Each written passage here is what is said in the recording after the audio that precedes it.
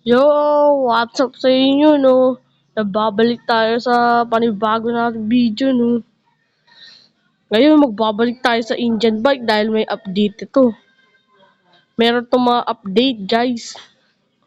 Di ba alam niyo naman yung update nun, yung mod slot? Yung mahirap i-activate. Ayan, guys, so, mahirap i-activate yan, eh. Pero, tuturuan ko kayo. Yung nakikita nyo dyan na, sa baba na hindi importante, nagagamit yan, guys. Para ma-activate yung mod slot. Turuan ko kayo.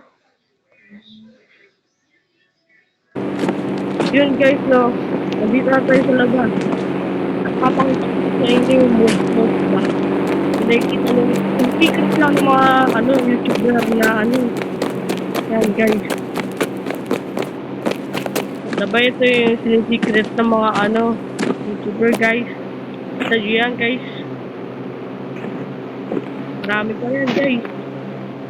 Ayan pa yan guys. Tuturuan ko kayo kung paano.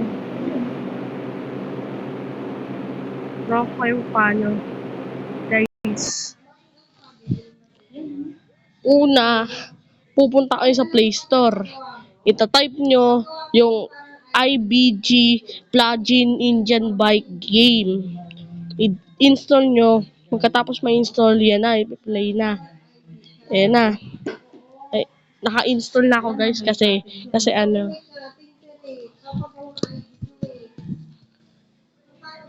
guys, ayan. Paano activate yung mod slot, yung para sa Indian bike. Ayan guys, isa-select nyo yan, yung mga gusto nyo yan. Yung mga gusto nyo yan. Yan po yung mga update. Ito po yung mga update. Itong KGF bike, Tersocar, Omnivan, Swift car, and farm tractor. Ito sa mga mob. Ito, Big Monster, Snake Monster, Eagle Monster, Elepante, Buffalo, Leon. Ito guys yung mga Cheetos. Tsaka guys, di ko rin alam to yung paggamitin guys. Di ko rin to alam pa-activate. Comment down below kung ina-activate ba to, hindi. Ito guys, kapag hindi kayo marunong mga cheats code, andito guys lahat. Di kayo maghihirap dito sa to. Guys, ayan dami yan. Guys, yan, dami yan. So guys, naka-install na ako, no? Naka-install na ako dun sa mismong game ng Indian bike, no? So, ayun guys.